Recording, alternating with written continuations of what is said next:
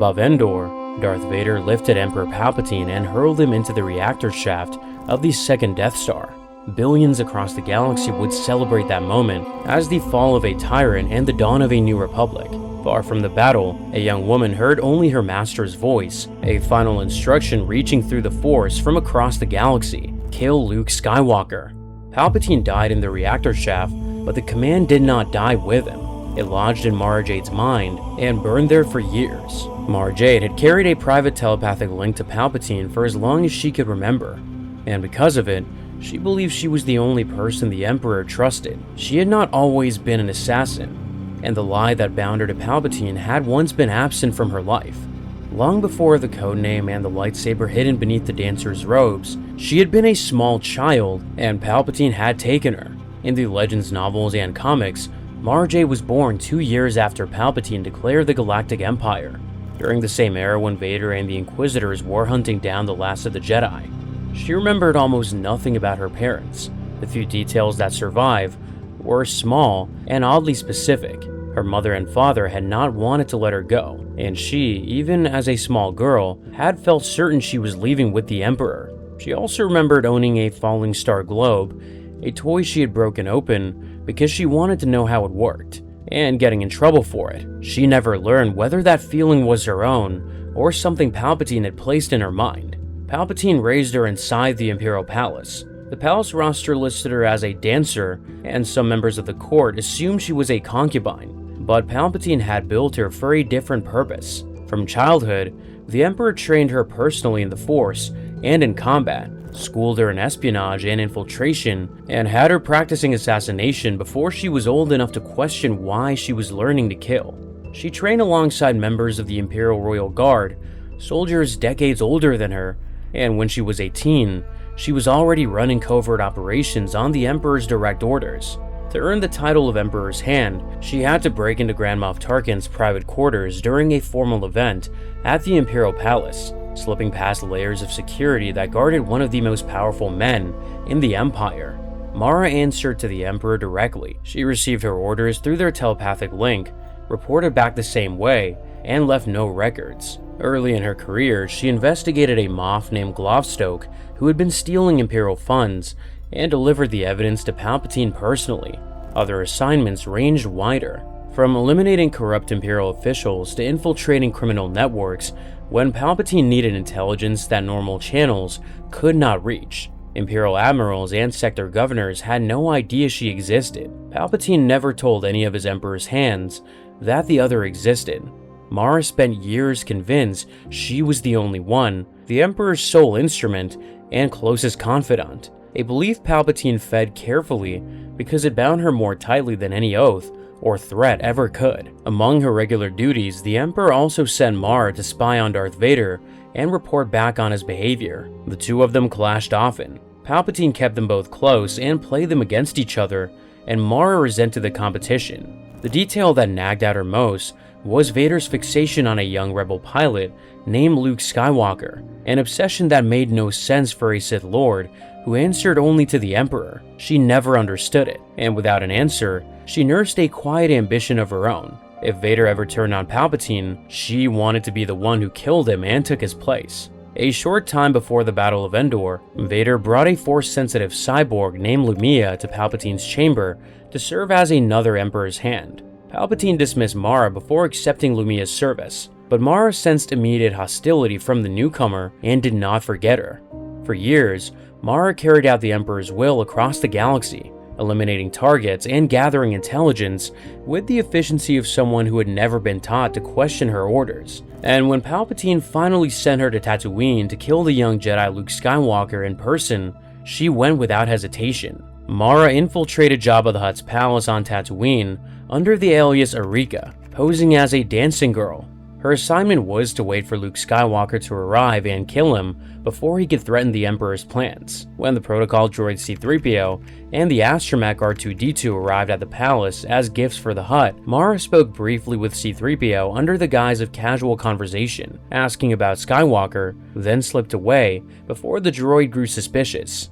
The palace's own security noticed her before Skywalker did. Melina Karnas, a member of Jabba's secret detail, assumed Mara was there to assassinate the Hutt and tried to arrest her. Mara turned the situation by using the Force to compel Karnus to shoot one of Jabba's Gamorrean guards, and in the confusion, she escaped into the lower halls of the palace. At the same time, Skywalker had come to the palace to rescue his companions Han Solo and Chewbacca, who Jabba had been holding prisoner. When Skywalker confronted the Hutt directly, Jabba dropped him into the Rancor pit. Mara reached a ventilation shaft above the pit and watched Skywalker bait the Rancor beneath a heavy portcullis gate and trigger the door control, bringing the gate down on the creature's skull. He had smuggled a lightsaber inside R2-D2, a detail Mara caught almost immediately, and it told her that Skywalker had planned his arrival at the palace far more carefully than anyone inside it understood. Jabba acted before she could, ordering the prisoners to an execution site in the desert. Skywalker retrieved his lightsaber from R2-D2, fought his way free, and left Tatooine before Mara could reach him. Mara returned to Coruscant and reported her failure to Palpatine, and within months, the Emperor sent her on another assignment. She was mid-operation when the Battle of Endor began, and she was still carrying out her orders when Palpatine died, and with him went Mara's title, her purpose, and her place in the galaxy. Zahn Isard, the Imperial Intelligence Director who seized control of Coruscant after the Emperor's death, was one of the few people in the Empire who knew what Mara was. Isard treated her as a loose end and had her imprisoned, but Mara escaped before Isard could decide what to do with her. Vader was dead, the Royal Guard had scattered, and the officers who remained had never known Mara existed. Her training had covered every kind of threat, except the one she now faced, a life without orders to follow. She drifted through the Outer Rim, taking whatever work she could find, mechanic in one port, cargo runner in the next, until she landed on Varanat and recognized a man she had collected intelligence on years earlier. It was Talon Karrde, one of the galaxy's most connected smuggler chiefs. Karrde had come to Varanat for a safari to hunt Moradins. During the expedition, he discovered the Moradins were sentient creatures, and that the safari leader was using the operation as cover for smuggling. When the leader realized what Karrde knew, he killed Karrde's partner and prepared to execute Karrde as well. Mara followed the group into the jungle on her own, killed the leader and his guard, and pulled Karrde out. Karrde offered her a job on the spot, and she took it, becoming his second-in-command and one of his most capable operatives. 5 years after the Battle of Endor, Grand Admiral Thrawn, the Empire's most gifted tactical commander, launched a campaign to retake the galaxy for the Imperial Remnant. Karrde's smuggling network sat between the Empire and the New Republic, too valuable for either to ignore, and when Thrawn's early campaigns forced Karrde to deal with both sides, Mara Jade came face to face with Luke Skywalker for the first time. She told him openly that she intended to kill him. The compulsion from Palpatine's old order was too strong to mask, and she saw no reason to hide it. When Thrawn captured Karrde and imprisoned him aboard his Star Destroyer, the Chimera, the only person willing to help Mara break him out was Luke. The two of them flew a skip ray blast boat to the Chimera, and Mara used her old Imperial access codes to slice into the ship's computer and locate the detention block. They freed Karrde, but Thrawn shut down the ship's computer to trap them inside, and Mara's familiarity with Imperial ship layouts gave the group enough of a lead to reach the hangar and escape aboard the Millennium Falcon, which the Empire had recovered from Endor. Weeks later, Mara flew a Z-95 Headhunter against Imperial forces and took an ion cannon blast that left her drifting in dead space, and Luke pulled her out before she froze. The ion blast had damaged Mara's nerves, and she spent a month on Coruscant in therapy while her body recovered. During that time, she wandered the corridors of the Imperial Palace, a building she had once known as home, and found it stripped of the life and routine that had filled it when the Emperor was alive. When Luke learned the full nature of the Emperor's dying command, he told Mara he would help her break free of Palpatine's hold, regardless of the danger she posed to him, and asked for nothing in return. As Mara spent more time working alongside Luke, he shared a detail that Mara fought against accepting. The Emperor had shown her a fabricated version through the Force, an image of Luke and Vader standing together, turning on their master as partners in betrayal. Vader had actually killed Palpatine to save his son, turning against his master in the final moments of his life. Mara rejected Luke's version at first. She had built years of hatred on the vision Palpatine gave her. The realization came gradually, forced on her by the evidence Luke promised, and by the gap between the monster Palpatine had described and the man she saw in front of her every day. Mara knew the location of the Emperor's secret cloning facility at Mount Tantus on the planet Wayland, the source of Thrawn's rapidly growing clone army, and she gave the coordinates to Luke and the New Republic. The group infiltrated the mountain together, and inside, they found the insane Dark Jedi clone Jerus Sabaoth waiting for them. Sabaoth hit them with Force lightning and revealed his final weapon. It was a clone of Luke Skywalker, grown from Luke's severed hand, and armed with Anakin Skywalker's lightsaber. Sabaoth pitted the clone against the real Luke, intending to break Skywalker by forcing him to fight a copy of his own body, carrying his father's blade. Luke gave Mara his own lightsaber, and she cut the clone down while Luke held Sabaoth's attention. And the voice that had been burning in her skull since Endor went silent for the first time. The clone carried the name Luke Skywalker, and the command did not know the difference. Mara then turned on Sabaoth, dodging his Force lightning and a barrage of hurl stone by dropping to her knees, a move that accidentally fulfilled the Dark Jedi's own vision of her bowing before him and drove a lightsaber blade through his chest. Luke shielded her from the dark side energy that burst from Sabaoth at the moment of death, and they escaped the mountain before Allied forces destroyed the cloning facility. Afterward, Luke gave Mara Anakin Skywalker's lightsaber and told her she had earned it. Mara Jade left Wayland without any clear sense of whether she belonged with the Jedi, the smugglers, or somewhere else. She trained for a time at Luke's Jedi Praxium on Yavin 4, studying under Cam Solusar alongside a fellow student named Koran Horn. Before either of them had finished their training, the spirit of an ancient Sith Lord named Exar Kun attacked the academy. Kun had been entombed in the temples of Yavin 4 for thousands of years, and when he sensed new Force sensitives in his old stronghold, he reached out and placed Luke in a deep, Force-induced coma.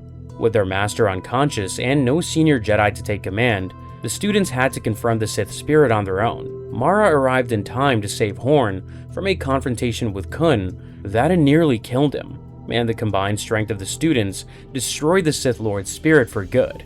Mara left the Praxium not long after. She went back to Card and the Smugglers' Alliance. Card had been preparing Mara for leadership since the day she joined, and with the Thrawn campaign behind them, he handed her the Alliance's expanding web of contacts, shipping routes, and intelligence sources. Mara ran the network from Card's flagship, the Wild Card, overseeing cargo and information across dozens of star systems. She had a brief relationship with Lando Calrissian during this stretch, though she later admitted the affair had been a charade, part of her cover while handling Alliance contacts. She was free and capable, running an organization that answered to no one, but she had not stopped finding reasons to work alongside Luke Skywalker. Joint operations kept putting them in the same room, and each time the work ended, Mara went back to the Alliance, and Luke went back to the Praxium, and neither of them addressed what was building between them. Years after Thrawn's death, the Empire and the New Republic were edging towards a formal peace. During this period, Luke and Mara were sent to investigate an Imperial fortress on the planet Narawan that intelligence had flagged as a potential threat. Inside the fortress, they found a garrison still loyal to the memory of Grand Admiral Thrawn, commanded by an officer named Voss Park, who had been running the outpost as part of the Empire of the Hand, a secret state Thrawn had built in the unknown regions before his death. Park tried to recruit them, arguing that threats from the unknown regions would eventually force Imperial and Republic forces to cooperate. When Luke and Mara refused and prepared to leave, the garrison moved to take them prisoner. The two of them fought their way through the fortress, pursued by Chiss soldiers loyal to the garrison, and spent days navigating its corridors while gathering intelligence on the threats Park had described. To cut the fortress off from the Imperial outpost it was connected to, Mara used a beacon call to summon her personal ship, the Jade's Fire, the vessel she had flown for years as Card's lieutenant and later as an independent operator, and crashed it directly into the fortress hangar. In the close quarters of that shared danger, with no ship left, and no certainty they would leave Narawan alive, Luke and Mara admitted to each other that they were in love. Luke asked her to marry him, and she said yes. In the weeks after Narawan, Mara earned the rank of Jedi Knight.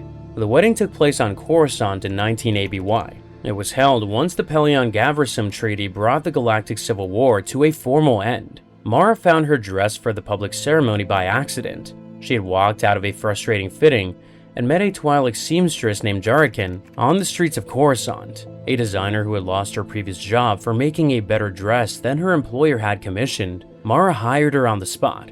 The night before the wedding, Han Solo, Wedge Antilles, Chewbacca, Lando Calrissian, and Card gathered with Luke at a cantina called the Red Rancor to celebrate. An assassination attempt buried inside a staged bar brawl turned the evening violent, and Luke survived with help from his friends. Luke and Mara held two ceremonies. The first was private, held at Jedi headquarters and open only to members of the new Jedi Order. Cam Solazar officiated. The couple exchanged bonding stones, and when the ritual ended, every Jedi in the room ignited a lightsaber in salute. The second was public, drawing diplomats, military officers, and citizens from across the New Republic. Talon Card, the smuggler who had given Mara a second life when she had nowhere else to go, walked her down the aisle and gave her away. The ceremony did not go smoothly. An ex-Imperial Moff named Darren Takar infiltrated the event, disguised as an Ithorian, and threatened to destroy all Republic communications with a planted virus. Luke spoke to the man calmly and directly until Takar surrendered. The virus would not have caused any damage. The Republic had shielded its communication networks since recapturing Coruscant. After Takar was removed, Luke and Mara exchanged vows and rings in front of the assembled crowd, and Mara Jade became Mara Jade Skywalker. In the years following the wedding, Mara threw her full weight behind the new Jedi Order. She trained new students alongside Luke and took on every mission the Order required. She and Luke built a life between missions, training students at the Praxium, flying together on assignments, and raising a household on Coruscant that neither of them had expected to have. The Yuuzhan Vong, a warrior species from outside the known galaxy with no connection to the Force and a fanatical hatred of mechanical technology, launched an invasion that tore through the New Republic's defenses and killed billions. In the months before the war began in earnest, a Vong agent infected Mara with Coom spores, a slow-acting biological weapon designed to eat through her body over the course of months. Mara refused to step back from the fight. She used the Force to slow the spore's progress and keep taking the field even as the disease weakened her. On the planet Belkadon, she encountered a Yuuzhan Vong spy named Yeoman Kar and fought him in close quarters. Kar was unlike any opponent Mara had faced. He carried no presence in the Force, and his amphistaff, a living serpentine weapon, could block a lightsaber blade. Mara adapted mid-fight, severed both of Kar's legs at the knee, and killed him with a thrust through the chest. She and Luke took the field together on Dantooine and Ithor, and Mara continued joining the front lines even as the Coom spores ate away at her from the inside. When she discovered she was pregnant in the middle of the war, the spores were still active in her body, and she feared the disease might cause harm to the child. Luke helped calm her, and the two of them kept the pregnancy a secret, knowing that the son of Luke Skywalker would become a target the moment anyone learned he existed. In 26 ABY, Mara gave birth to a boy. They named him Ben, after Obi-Wan Kenobi, the Jedi Master who had watched over Luke as a child on Tatooine.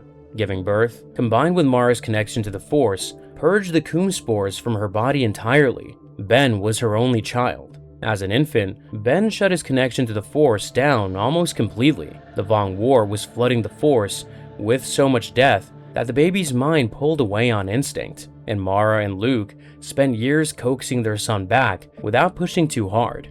Mara took Luke's niece, Jaina Solo, as her Jedi apprentice and trained her through to knighthood, passing on the combat instincts and field awareness that Palpatine had once drilled into her. She earned the rank of Jedi Master and took a seat on the Jedi High Council. After the war ended, the threats kept coming. Insectoid Killiks began absorbing Jedi into their hive mind during the Darkness Crisis, and Mara helped contain the spread before it pulled the Order apart. The Sith Lady Lumia, a former Emperor's hand from Vader's circle, returned during the same period after years in the shadows. Searching for a Force-sensitive apprentice she could turn to the dark side, Mara clashed with Lumia on multiple occasions, and each time the Sith Lady slipped away before Mara could finish the fight. The Second Galactic Civil War split the galaxy again, this time between the Galactic Alliance and the Breakaway Confederation. Mara's nephew Jacen Solo, the twin brother of Jaina and the eldest son of Han and Leia, rose through the Alliance's military ranks and took command of a secret police force called the Galactic Alliance Guard. Jacen began pulling Mara's son Ben deeper into his operations, assigning the teenager to missions that grew more dangerous over time. Mara had been watching Jacen for months, troubled by how quickly he was accumulating power and how little oversight he allowed. When Jacen sent Ben to carry out the assassination of Corellian politician Durgeddon, Jacen was turning her son into a weapon, and Mara had lived that life long enough to recognize it in someone else. When Ben told her that he had overheard Jacen communicating with Lumia, Mara had her answer. Lumia was training Jacen as a Sith apprentice. Mara went around the Jedi Council and Luke, decided Jacen was too dangerous to leave alive, and tracked him to the Hapes Consortium on her own. Mara followed Jacen's trail across the region and cornered him on the planet Kavan. The two of them fought in a sewer tunnel beneath the surface, and the confined space favored Mara's close quarters training over Jacen's raw strength in the Force. For much of the fight, she pressed him backward through the passage, drawing on decades of combat experience that Jacen, for all his growing connection to the dark side, could not match. Jacen killed her by driving a poisoned dart into her leg during a gap in her guard, and the toxin began shutting her body down. With her last seconds of strength, Mara told Jacen that he had become as evil as Emperor Palpatine, and she vowed that Luke would be the one to stop him. Her death was the sacrifice that the Sith tradition required of Jacen to complete his fall. He took the name Darth Caedus. Luke and Ben felt Mara die through the Force and knew immediately what it meant. Luke believed Lumia was the killer, tracked the Sith Lady to her hiding place, and cut her down before he knew the truth. His own nephew had murdered Mara. Ben had suspected Jacen from the moment he felt his mother die. He followed the feeling to Kavan, found Jacen at the scene, and had not believed Jacen's claim that someone else was responsible. The Jedi Order held Mara's funeral in the morning court of the Jedi Temple on Coruscant. Her body lay on a cremation pyre wrapped in white gauze, and every Jedi in attendance wore white robes. Smoke from the pyre drifted upward through the atrium as Saba Sabatine delivered the eulogy. Jacen attended the ceremony and took a place beside Luke and Ben, standing with the family as though he belonged there, and no one in the room knew he was the one who had killed her. During the eulogy, Mara's body began to disappear from the pyre, and by the time Sabatine reached the final words, the gauze lay flat and empty.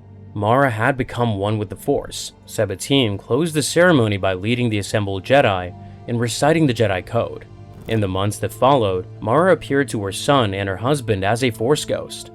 More than a century later, her spirit appeared to a descendant named Cade Skywalker, a young man who had abandoned the Jedi and needed the same kind of push back towards the light that Luke had once given Mara. When Mara Jade Skywalker died, the man she was once ordered to kill was the one who mourned her most. Quick note before you go, members get early access and a few videos that stay off the main channel. If that's interesting, the link is in the description. Otherwise, here's another video about the worst disasters in Star Wars history you might like.